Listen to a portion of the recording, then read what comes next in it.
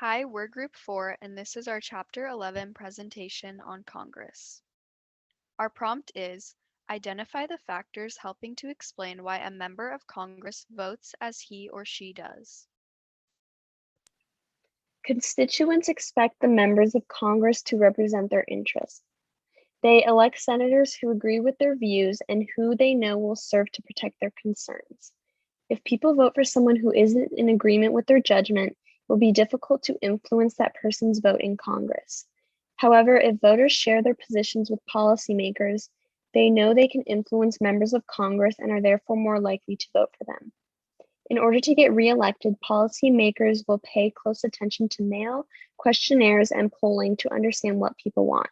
As long as they are able to represent their constituents, they are more likely to obtain votes in elections. On certain complex issues, constituents may be ignored, and on certain personal issues, they are taken very seriously. When congressional members do not have a clear preference or have weak knowledge of certain issues, they're more likely to veer away from their own positions and adopt their constituents' positions. Constituency influence is more important in Senate voting. All in all, members of Congress are not completely controlled by constituency preferences, but consider and may side with them. Typically, when voting on specific issues, parties will stick together. Party influence is known to be the main influence on congressional voting. A Congress member may vote a certain way if they become influenced by their fellow party members or the Congress party leader. Parties do, however, become divided when issues of economics and welfare become involved. Congressional parties are said to be a source of funding, similar to political action committees. Therefore, they are sponsors of legislation that seem to be the most influential when it comes to voting. Every year, it seems that parties grow more polarized, therefore making it more difficult to reach a compromise when voting, even among party members. A member's ideology determines how they vote on certain issues. House members' votes are more similar to the average voter and are more ideological related than that of senators. Since the Senate is less in tune with public opinion, they are more likely to represent different foundations of approval and support in each state. Members may feel strongly about certain topics and will vote in relation to their ideological standpoints. In the nation's capital, lobbyists from all different organizations seek to influence members of Congress. Some lobbyists are former Congress members who can provide legislation with important policy information, political intelligence, and financial aid for campaigns. Lobbyists often work to influence party members with party leaders who share similar views to them. Grassroots lobbying is commonly used as a way to encourage citizens to pressure representatives on specific issues. Interest groups are known to communicate and spread messages via television, websites, YouTube videos, and social media. Presidents have their own legislative agenda that they try and persuade Congress to represent and adopt. Their agenda relates to their party's platform and their electoral coalition.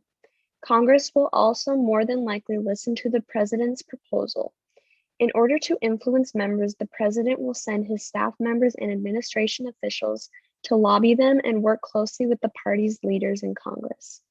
It is a very long process for the president to achieve policy change for their bill to pass because they must win 11 stages. A successful presidential leader of Congress will work at the margins and exploit opportunities by a positive arrangement of political forces. They may also veto ideas they oppose. Presidents who are popular or have a large majority in each House of Congress have a good chance of getting their way. However, this rarely happens and is never guaranteed. In terms of ideology in Congress, history has shown that members of the House tend to hold opinions more similar to the public than members of the Senate. In the 1970s, senators were known to be more liberal. However, in the 1980s, they shifted to hold a more conservative viewpoint. In addition, conservative coalitions were popular prior to the 1990s. These conservative coalitions were groups of Southern Democrats and Republicans. Currently, conservative coalitions no longer hold the same importance that they once did, as the South has now shifted to hold more Republican views. In recent years, it has become evident that Congress is extremely polarized in comparison to average voters. This essentially means that Democrats in Congress are much more liberal and Republicans in Congress are much more conservative. Average voters, on the other hand, tend to hold more centrist views on the political spectrum. New members of Congress tend to be more ideological, and thus a greater divide exists between them. As the members have become more polarized, it seems as though it is more difficult to reach a compromise when voting, even among members of the same party. This leads to a lack of coherence and poor relations between members, especially those of the House. That is the end of our presentation on Congress. Please stay tuned for our questions.